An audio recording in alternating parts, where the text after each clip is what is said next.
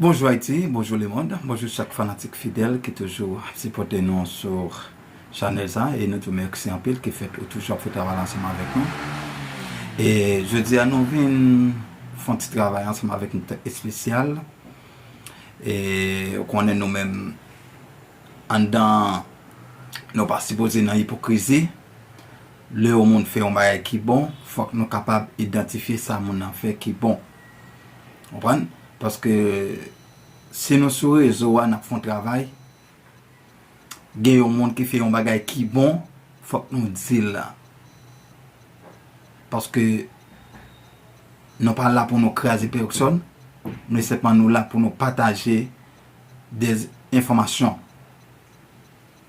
Et les nous regarder nous président Haïti a fait un discours dans les Nations Unies. Ça te fait nous plaisir en pile pour nous t'étendre là. Et il fait un discours qui méritait applaudissement. Il fait un discours qui gagne en pile capacité là-dedans. Là. Vous comprenez? Mais ce que nous voyons qu'il fait ça qui est bon, nous supposons parler de lui. Nous supposons opiner de ça, les dire. Et je pense qu'en pile, mon temps de discours ça, et nous-mêmes, les longtemps de discours, nous chita nous garder, nous analyser, nous disons, nous pas carité garder pour ne pas attendre fanatique, pour ne pas attendre intervention fanatique. Parce qu'il y a un super bel discours comme ça, je pense qu'il mérite applaudissement, il mérite encouragement. Vous comprenez? C'est ça que fait nous-mêmes, nous sommes obligés de passer pour nous dire fans nous qui ça va apprendre des discours et qui ça va analyser parce que apprendre d'analyser qui ça vivre de lui. Vous comprenez? Ça veut dire que les nous-mêmes nous là, c'est pas simplement là pour nous critiquer simplement. Faut nous ça qui est bon, faut que nous ça qui est meilleur. Parce que discours président fait là, je sens que t'as une volonté. T'as une volonté, t'as une décision pour y avancer. Mais qui fait ça qui fait pas avancer, c'est la communauté internationale là, l'autre Canada, la France, États-Unis, qui est capable de rendre. Messieurs pas avancer, messieurs dames pas avancer. Parce que nous t'a dit, si vous regardez ça qu'a fait là, nous t'a dit, bon, c'est Américain qui météo. C'est la force qui météo, c'est Canada qui météo. Mais yo capable de faire bel discours ça yo gain la vie là-dedans yo. Mais yo capable de dire pas comme si m'ta dit pas gain un effet là-dedans là. Pas gain effet comme si t'as dit tout ça dit yo va le respecter vrai. Vous comprenez? Ça dit yo mes amis, si nous entendez discours bien, prends ça nous pour entendre ça premier ministre et président dit dans le discours. Bon, mais quoi c'est tendez nous quitter nous tendez. Si nous attendez et nous mettre tout le monde qui attendez, prends ça pour tendez. Analyser. Prends ça bon pour pays et puis jeter ça pas bon. Et moi tout ça dit là à 90% c'est faveur des pays à parler. Et m'bi quoi ça fait nous 30 ans depuis nous nous genre des discours comme ça. M'bi quoi depuis OK, bon moi c'est 30 ans de Ariel Henry, bon pas de discours sur Ariel Henry qui était faveur des pays. Jovenel pas de discours. Matéli pas de discours. René Préval pas de discours. Comprenez? L'autre président pas de discours. M'ka dit nous avons 30 ans. Jean-Bertrand Aristide. C'est pas fait défaut. Qui te font un discours comme ça, qui t'a parlé de la force qui te fait nous payer un pile comme indépendance non. Qui était réclamé comme ça dans la France. Mais c'est même comme ça avec oligarque compio, ils étaient venus obligés voir Jean-Bertrand Aristide d'aller. M'pa pour Aristide non, m'a pas la vérité. Parce que Haïtien pas voulu ouais vérité. Plus encore m'pa ouais nèg qui te fait encore. Les Aristide t'a revendiqué comme dans la France. comme États-Unis doué nous tout, là parler de comme ça yo, en ben on vient faire une combinaison ensemble, puis on capable voyager Jean-Bertrand Aristide d'aller. C'est ça cause Jean-Bertrand Aristide vient pas coup d'état, mêlé avec on sait des messieurs Haïti, on sait des femmes Haïti qui par contre valait tête ou capacité tête chaud. Là yo vient obligé voyer Jean-Bertrand Aristide d'aller. On prend samedi noir. Mais qu'on est là, on n'a pas analysé discours président Haïti a fait là. Je sens qu'elle a un poids, je sens qu'elle a une capacité. Eh bien, moi-même, je ne peux pas dire le président n'a pas bien parlé. Il parlait en faveur des pays. Il parlait des COP de la France, deux noirs. Oui, il parlait. Là, il parlait des COP de la France, deux noirs. Je pense que faut le président arranger puis le tout, oui. Faut le président arranger puis le tout. Pour exemple, le président faut le arranger puis le. Ou pas qu'on qui coûte ma taille qu'a fait non. Ou pas qu'on est. Ou pas qu'on qui ça qu'a fait derrière. 2-3 millions de dollars américains garé nèg yo. Jeune femme, jeune garçon qui prend décision dans notre pays. 2-3 000 dollars américains garé yo. 2-3 000 dollars américains garé yo. S'entendez à tout dire lever contre président là, ou lever contre s'entendez à tout président parce que pouvoir encore là. Il va pouvoir, il va là encore non. Comprenez? Nous souhaitons que nous-mêmes en mettons tête nous ensemble pour nous tendre et m'a quitter nous tendre discours président encore parce que pour nous capable vivre ça qui a passé m'a quitter nous et vivre les. Comprenez? De la République d'Haïti. Je prie le protocole de bien vouloir accompagner son Excellence et je l'invite à s'adresser à l'Assemblée.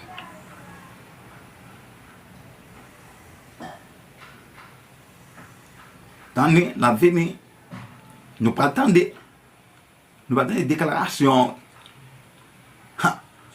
Si on va prendre note dans ça, prendre note. Excellence, Monsieur le Président de l'Assemblée Générale, Monsieur le Secrétaire Général des Nations Unies, Excellence, Mesdames, Messieurs les chefs d'État et de gouvernement, Mesdames, Messieurs les chefs de délégation, distingués délégués, chers compatriotes, j'ai l'immense honneur de représenter ici à la tribune de l'Assemblée Générale des Nations Unies, à un carrefour particulier de son histoire, le peuple haïtien, digne et fier, qui malgré les tempêtes de tous ordres, a toujours su se relever.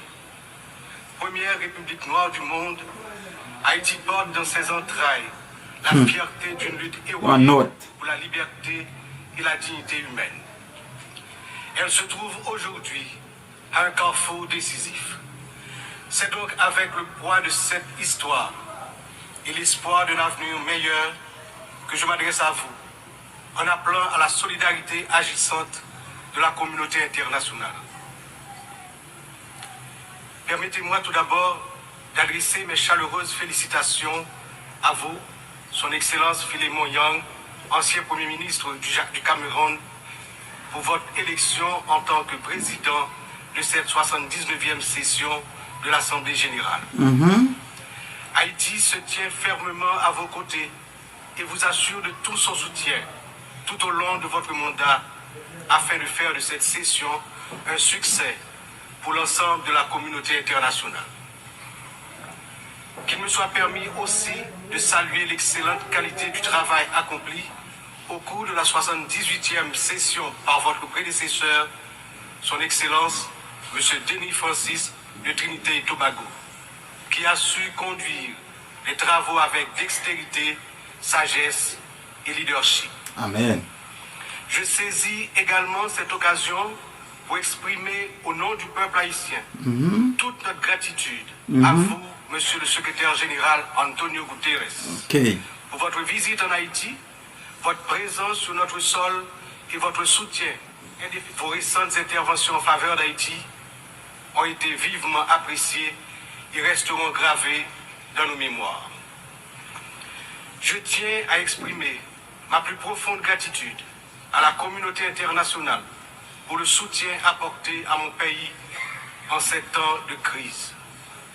Cette solidarité qu'elle se manifeste à travers des initiatives de sécurité, d'aide humanitaire ou de soutien au développement est grandement appréciée. Par cette coopération continue et mieux adaptée, Haïti se remettra plus forte, plus résiliente et engagera confiante sa marche assurée vers le développement et le progrès. Je salue ici tous les compatriotes haïtiens à travers le monde qui, tout en restant attachés à leur pays natal, sont obligés de chercher d'autres cieux plus cléments pour gagner leur vie. Tout le monde reconnaît qu'ils sont de rudes travailleurs. Je veux leur dire, partout où ils se trouvent, que le Conseil présidentiel de transition et le gouvernement pensent à eux en attendant que les conditions soient réunies pour qu'ils reviennent au bercail. J'en profite pour saluer Amnesty International et d'autres organismes opérant dans le domaine de la défense des droits humains qui suivent de près les violations des droits des migrants haïtiens à travers le monde. Je me permets, au nom du peuple haïtien, de saluer fraternellement tous les amis d'Haïti qui ont fait preuve de solidarité envers les migrants de notre pays, en particulier ceux résidant à Springfield dans l'Ohio aux États-Unis. La longue histoire d'amitié et de solidarité réciproque entre nos deux nations, depuis notre participation à la bataille de Savannah en 1779, nous permet de dire avec confiance que le peuple américain rejette toute incitation à la haine contre notre communauté. La participation active des immigrés haïtiens à différents niveaux de la vie des États-Unis est tangible et significative. À cet égard, les passions qui émergent naturellement lors d'une campagne électorale ne devraient en aucun cas servir de prétexte à la xénophobie ou au racisme dans un pays tel que les États-Unis, une nation forgée par des immigrants de toutes origines et qui s'est érigée en modèle de démocratie à l'échelle mondiale. Monsieur le Président, Excellences, Mesdames et Messieurs, le thème de cette 79e Assemblée Générale, ne laisser personne de côté, agir ensemble pour la paix, le développement durable et la dignité humaine des générations présentes et futures, résonne profondément avec les défis majeurs auxquels le monde est confronté aujourd'hui. Ce thème est un appel urgent à l'unité et à la coopération internationale dans un contexte où les inégalités, les conflits et la crise climatique exacerbent la vulnérabilité de millions de personnes à travers le globe. Alors que de nombreuses nations peinent à atteindre les objectifs de développement durable, il est plus que jamais nécessaire de garantir que toutes les voix, en particulier celles des plus marginalisées, soient incluses dans les processus de décision mondiaux. Cette thématique revêt également une importance capitale dans le contexte de la crise actuelle en Haïti. Il incarne l'essence même de notre lutte internationale. Les Nations Unies, dans leur mission historique de promouvoir la paix, la sécurité et le développement durable, se retrouvent en première ligne face à des crises qui menacent non seulement des nations isolées, mais l'ensemble de l'humanité. Le changement climatique est sans doute l'un des plus grands périls de notre époque. D'après les données récentes du groupe d'experts intergouvernemental sur l'évolution du climat, la température mondiale a déjà augmenté d'environ 1,1 degré centigrade depuis l'ère pré-industrielle. Cette élévation a provoqué une intensification des phénomènes climatiques extrêmes tels que les ouragans, les sécheresses, les inondations, des catastrophes qui affectent particulièrement les nations les plus vulnérables comme Haïti. En 2023, le Programme des Nations Unies pour le développement a estimé que plus de 100 millions de personnes supplémentaires risquent de basculer dans la pauvreté d'ici à 2030 en raison des effets du changement climatique. Pour Haïti, qui fait partie des pays les moins émetteurs de gaz à effet de serre, mais qui ont subi les impacts les plus dévastateurs, cette crise mondiale exacerbe nos difficultés à garantir la sécurité alimentaire, l'accès à l'eau potable et la stabilité économique. Les conflits armés continuent également de semer la destruction et de ravager des vies humaines. Selon le Haut Commissariat des Nations Unies pour les réfugiés, le nombre de personnes déplacées de force a atteint 110 millions en 2023, un chiffre qui n'a jamais été aussi élevé dans l'histoire de l'humanité. Que ce soit en Syrie, en Ukraine ou dans la région du Sahel, ces conflits prolongés exacerbent la pauvreté, détruisent des infrastructures vitales et entraînent des flux massifs de réfugiés. Le monde ne peut rester inactif alors que des millions d'hommes, de femmes et d'enfants fuient les violences en quête de sécurité et de dignité. L'engagement de la communauté internationale est plus que jamais nécessaire pour trouver des solutions diplomatiques et promouvoir des initiatives de consolidation de la paix. Un autre défi majeur concerne les inégalités économiques qui continuent de se creuser. Selon le rapport sur le développement humain 2023 du PNUD, près de 1,2 milliard de personnes vivent encore dans la pauvreté multidimensionnelle, c'est-à-dire qu'elles manquent d'accès à des services essentiels tels que la santé. Peuple haïtien, calez genou. Si genou t'es fermé, ouvrez genou. Ouvrez genou. Président parle là. Ouvrez genou. Ouvrez genou. Moi je dis encore ouvrez genou. On fait entendre discours. On fait entendre là. C'est pas comme dit comme c'est parce que nous a fait ça qui pas bon dans pays pour dire les gens font dire un bagage qui bon pour pas encourager. Oui, il mérite applaudissement. Oui, il mérite encouragement. Félicitations, cher président. Félicitations.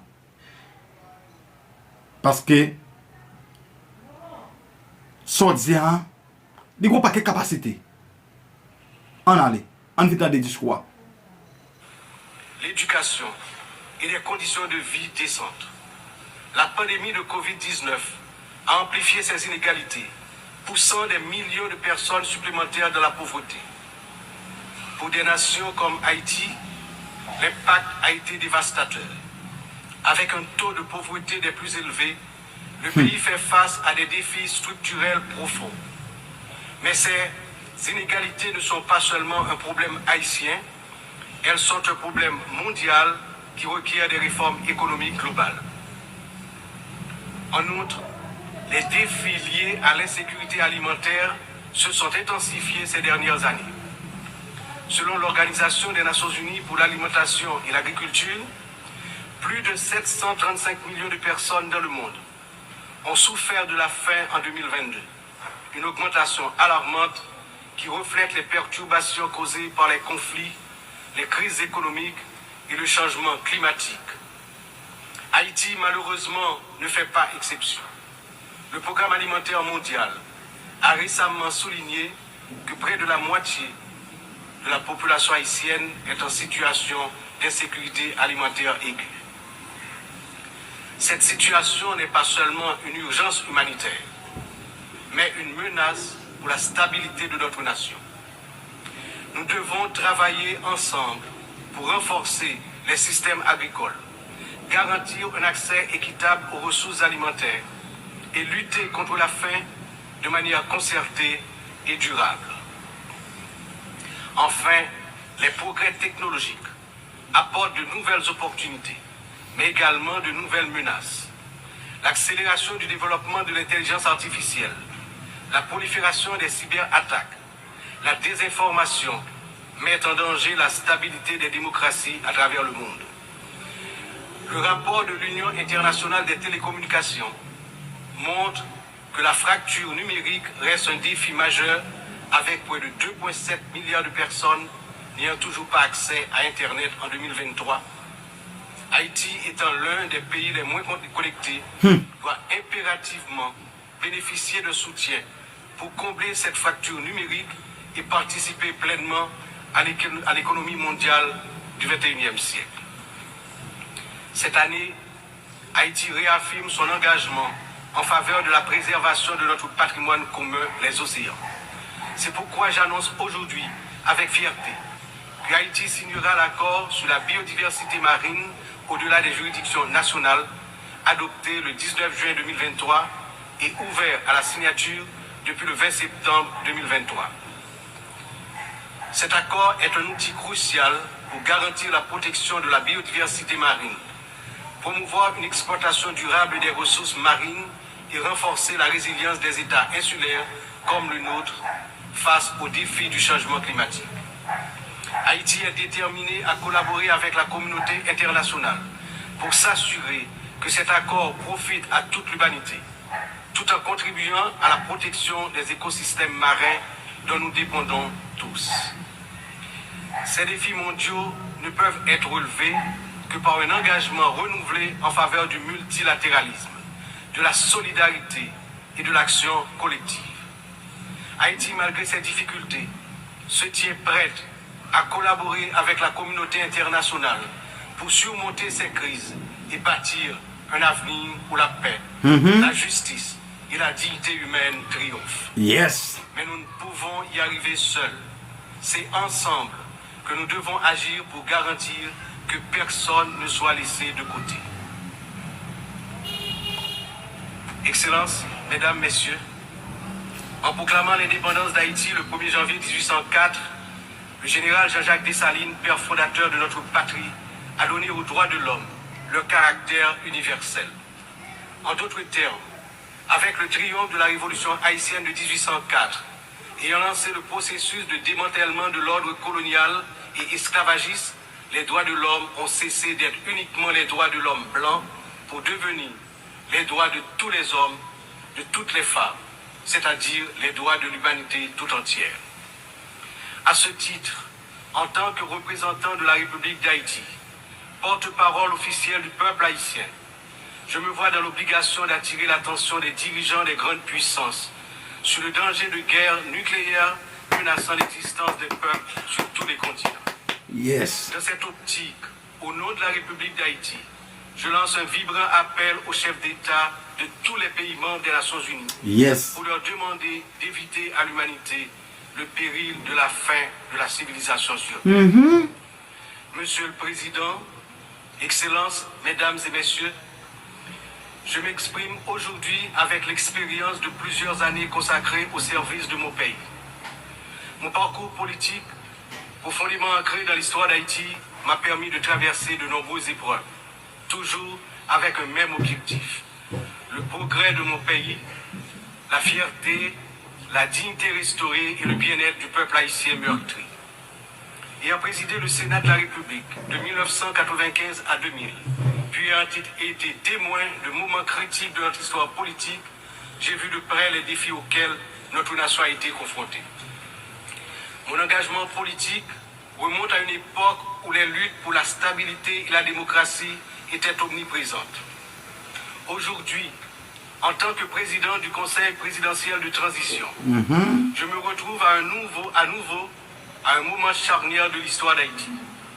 Mon parcours m'a enseigné que la résilience et la volonté collective sont les seules voies pour garantir un avenir stable et prospère.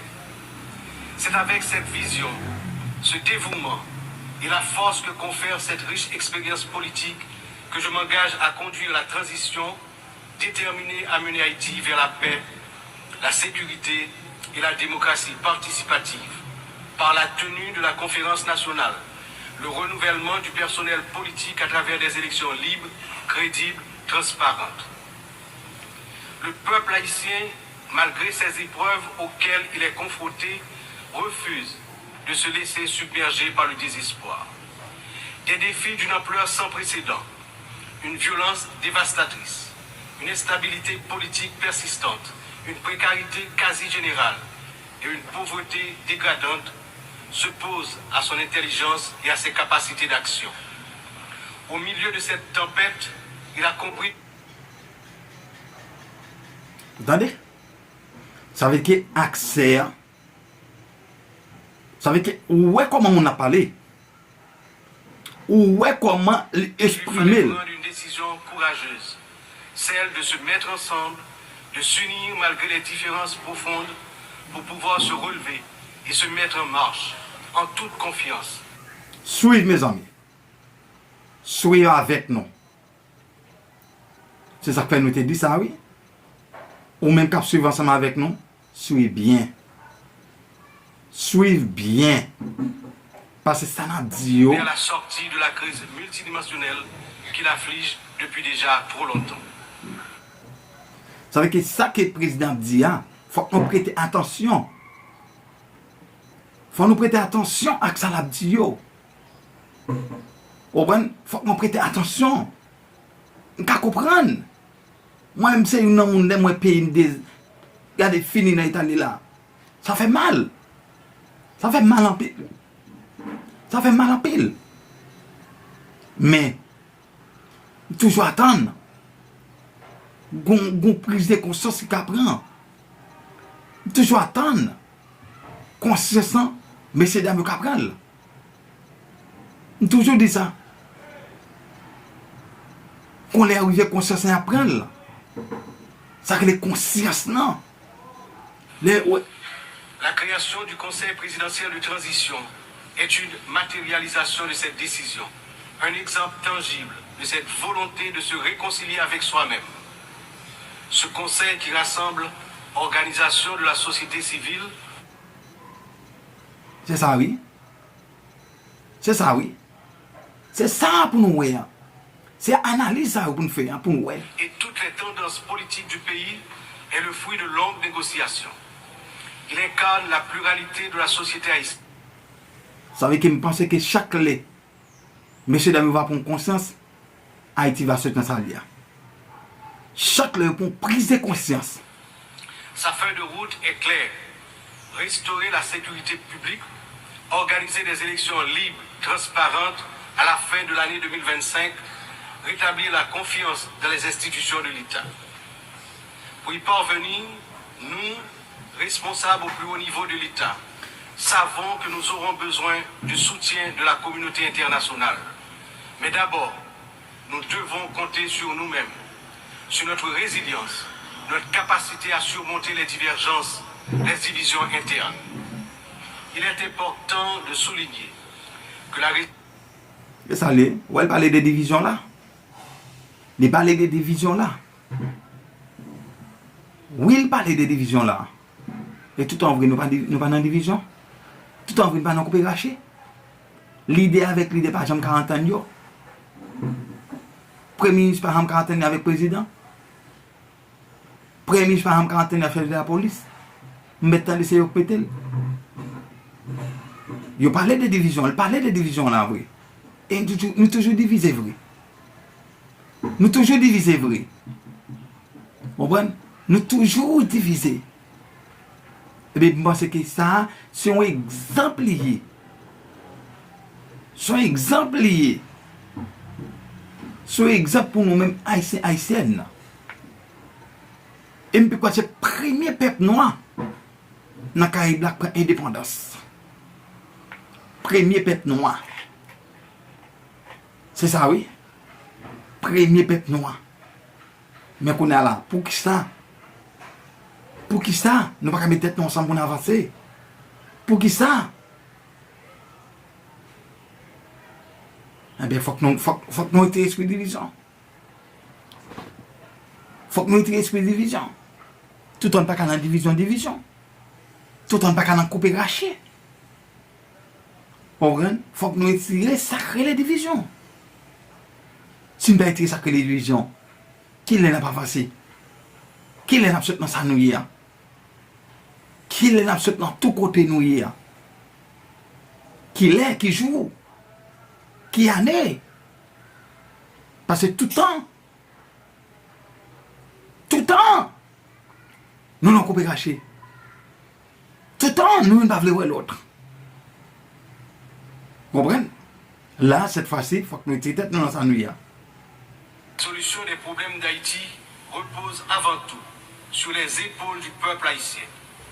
Il est de notre devoir, en tant que nation souveraine, de prendre en main notre destin, de surmonter les divisions et de construire ensemble un avenir de paix et de prospérité. Amen. Cependant, cette responsabilité Ça veut dire que si nous ne mettons pas dans la main dans foyer, pour nous paix dans la maison, il faut mettre tête ensemble. Oui. C'est tête nous mettre ensemble pour des bagages pas venir. seulement à nous, la communauté internationale, les Nations Unies, les puissances étrangères qui ont souvent joué un rôle décisif dans l'histoire d'Haïti, Ça veut dire que ouais, ça parle là. ont également une part essentielle dans ce processus de restauration de la paix, de redressement économique, de renouvellement institutionnel et d'établissement d'un état de droit. En ce sens, l'échec d'Haïti à se relever n'est pas seulement celui d'une nation. Il traduit un échec collectif, une incapacité mondiale à respecter pleinement les principes de solidarité, de justice et de coopération internationale. C'est ensemble, avec une responsabilité partagée et un engagement renouvelé, que nous pourrons transformer cette crise en opportunité. Attendez, je pense que en pile nous, du réseau, nous avons capacité pour analyser sa présidente. Nous avons assez de capacités. Et tracer une voie durable vers la paix. Aujourd'hui, Parce que le gars de l'idiot, attention,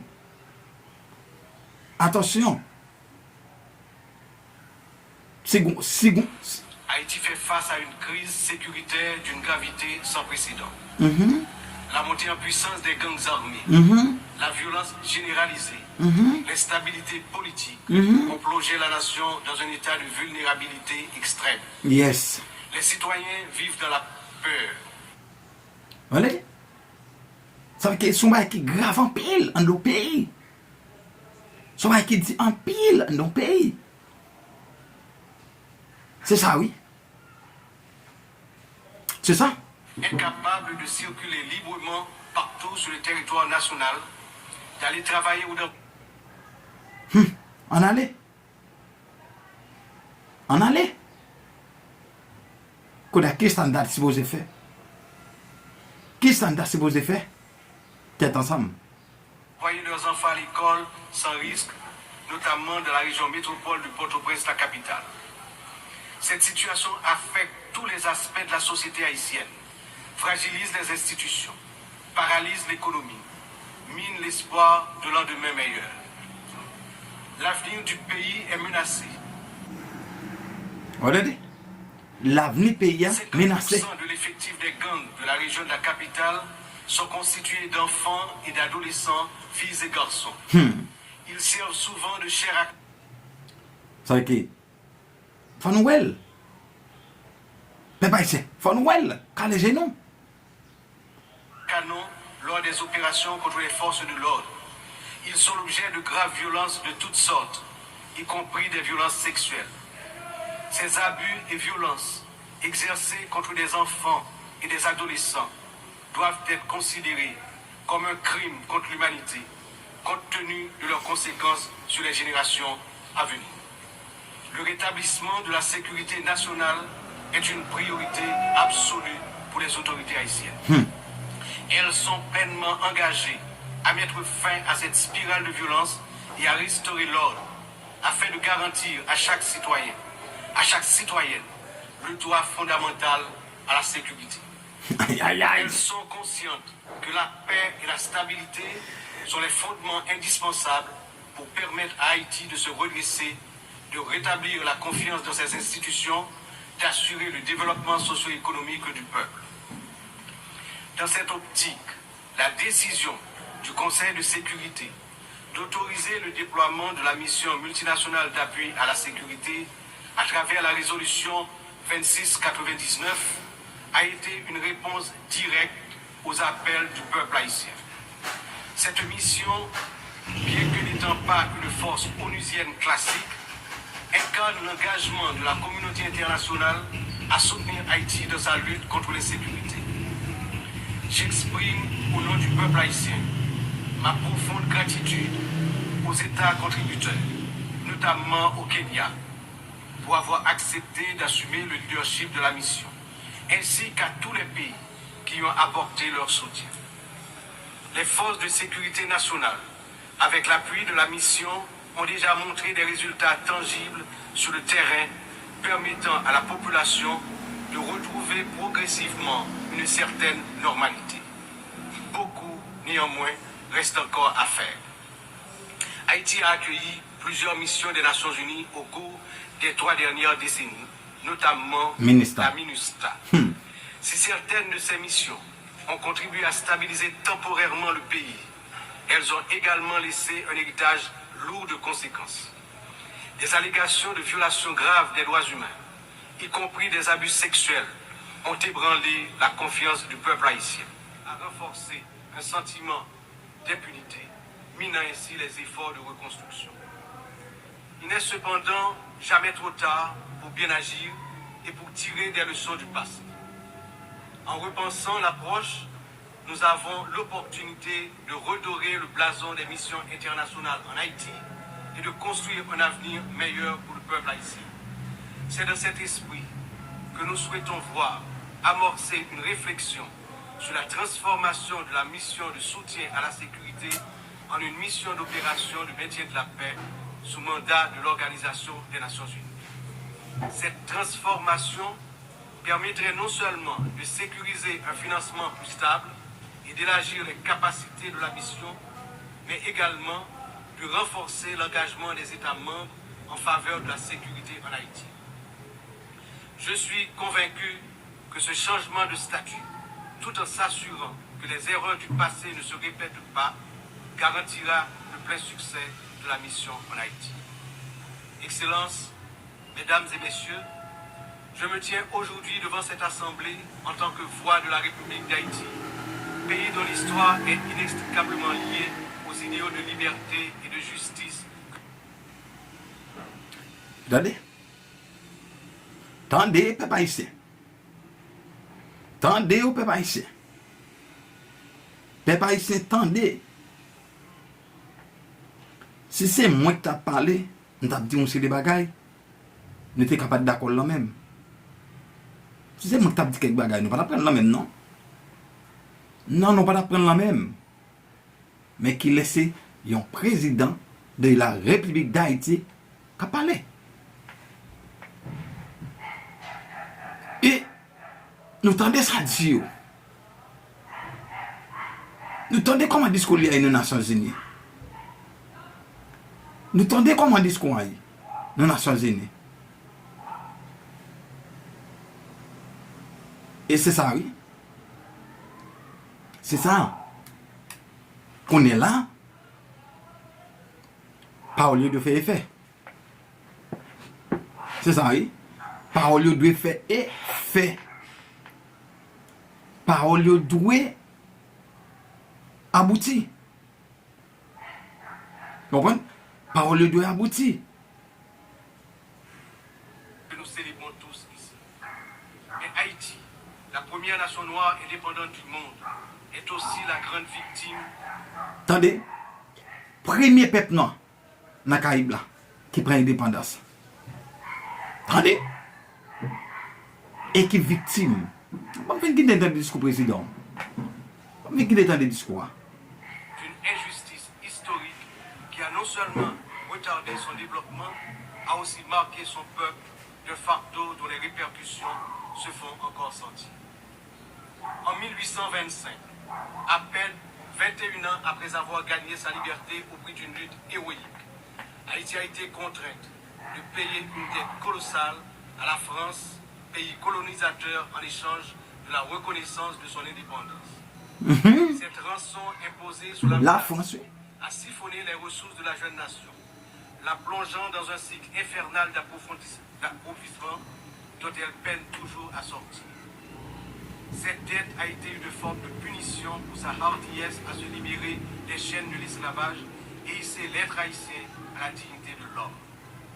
Elle a été une pénalité injuste qui a asphyxié le potentiel économique. Attendez, la France fait nous payer un cob injuste. La France fait nous payer un cob injuste. Ça c'est président de la République d'Haïti qui a parlé. Mais quoi, c'est ce monde qui a parlé des corps de la France là.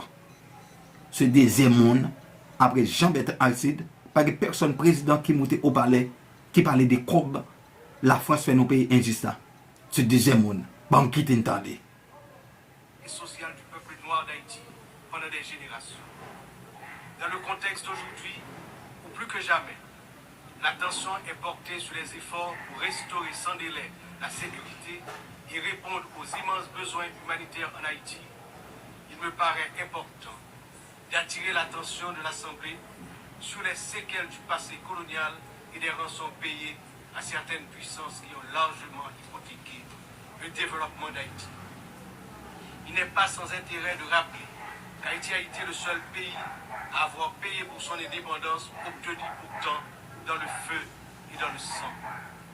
À la veille du bicentenaire de cet événement inédit dans l'histoire du monde, n'est-il pas venu le moment de la restitution des montants consentis?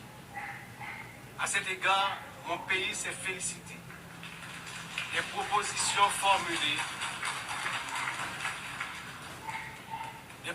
formulées par un certain nombre de gouvernements et également certaines agences des Nations Unies pour des actions concrètes en vue de la reconnaissance, la réparation et la restitution des torts du passé.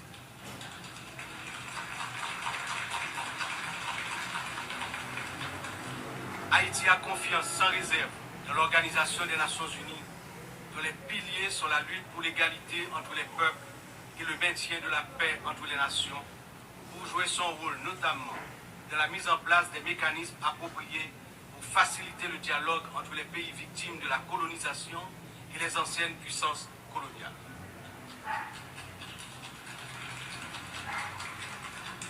Ici, à cette 79e session de l'Assemblée générale, Haïti est par mon entreprise, Haïti est par mon entreprise, non pas simplement pour revendiquer une réparation, mais pour poser une question de principe, celle de la justice immanente. Ma démarche est résolument engagée, structurée et bien documentée. Le Comité national de restitution et réparation, en collaboration avec la Commission des réparations de la CARICOM, a déjà entrepris des travaux exhaustifs sur ce sujet.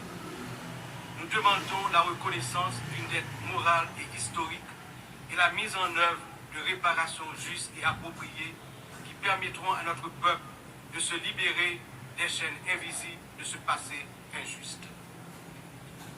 Excellences, Mesdames et Messieurs, l'histoire nous enseigne que les nations ne se relèvent pas dans l'isolement. Ça veut dire que nous entendons. Nous entendons des discours. Président. Dans l'union des forces, dans l'engagement résolu à bâtir un avenir commun. Haïti, cette terre qui a offert au monde un symbole de liberté. Nous avons un symbole de liberté. Nous libres. Nous libres. Nous avons fait ça, nous voulons dans le monde. Nous avons liberté. Et nous avons un symbole de liberté. Et qui a aidé plusieurs nations à se libérer du joug du colonialisme barbare. Ne cherche pas. Attendez, nous avons plusieurs autres nations nous libérer. Plusieurs autres nations nous libérer. Entendez le discours président. Pas la charité, mais la justice, le respect.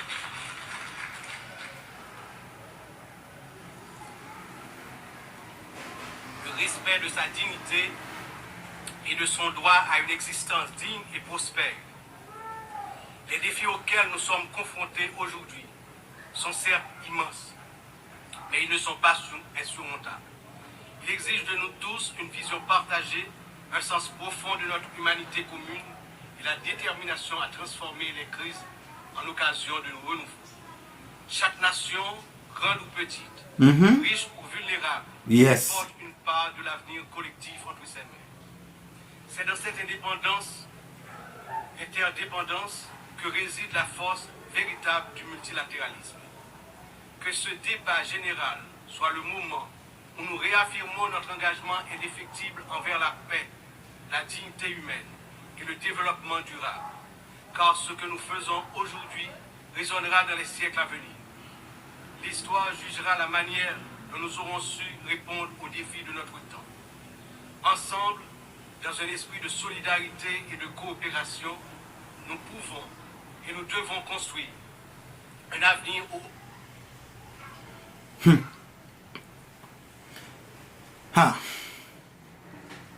Messieurs, dames, son lot lié.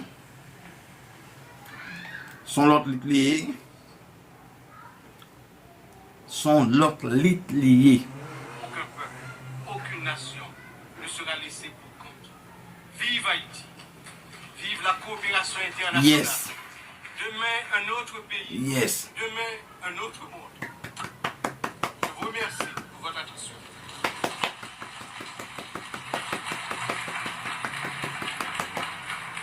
Je remercie, au nom de l'Assemblée, le président du Conseil présidentiel de la transition de la République de Haïti. Seguidamente, L'Assemblée va maintenant entendre l'allocution. Ça veut dire que nous voyons ça. Je pense que là, qu'on est là, nous toutes, nous allons faire un travail en bas vidéo ça. Tout le monde dit ça, vous voyez, monde qui dans tout pays dans le monde, vient applaudir. Vient applaudir ça. Nous devons venir applaudir, venir applaudir. Venir applaudir. Yes, venir applaudir. Et le discours est président de la République d'Haïti. C'est félicité. Vous comprenez? C'est félicité président de la République d'Haïti. Il y a un discours qui n'est pas moqué. Il y a un discours qui démontre une capacité. Il y a un discours qui démontre si il y a une volonté, il est capable de faire pays. Eh bien, je dis nous-mêmes qui dans tout pays dans le monde entier, venez sur Chanel, ça vient parce que nous-mêmes, nous toujours fait intervention par nous. Nous qui tout le monde finit parler, tout le monde finit parler, nous venons faire intervention par nous, et nous venons faire fanatique, nous venons comprendre la réalité. Et nous venons suivre ensemble avec nous, venons analyser, et quitter reste. Comment on peut confiner faire quitter reste ça pour moi. Quitter reste commentaire, on peut confiner faire quitter pour moi. Yes, quitter commentaire pour moi. M'a besoin de commentaire là, la petite moi. Parce qu'avec commentaire ça, on va démonter sur le pays d'Haïti. Avec commentaire ça, on va démonter sur le pays d'Haïti. Avec commentaire ça tout, nous avons une opportunité pour chercher information pour nous fonder où. Yes. KBFM. Et nous avons toujours informé où. On m'a beaucoup abonné. On m'a beaucoup like. On m'a beaucoup partager là en fond en mon. Pour venir tendre. Pour venir tendre ensemble avec nous. Nous ne passons pas parler pour parler. Mais nous devons parler. Nous ne passons pas parler pour peut-être nous quitter. Ça n'a pas dit nous quitter petit morceau là-dedans pour tendre. Pour vivre ce qui a passé. Et nous devons tourner. Nous tourner pour une deuxième vidéo. Nous travaillons. Aidez-nous, fait travail là. Tout le monde capable d'aider nous, C'est partager, c'est like, c'est abonner. Et puis, nous façon qu'à aider nous tout, pour nous capable de rendre chaîne ça arriver, côté de besoin arriver. Et message de besoin arriver dans les oreilles autorités. Et nous remercions en pile qui fait toujours aider nous, fait travail ça. Et nous devons rebrancher. C'est Chanel Paul, la Chanel remet en pile là. Vision la caille, a toujours informé. Ciao, nous devons finir. Rebrancher. Ciao, ciao.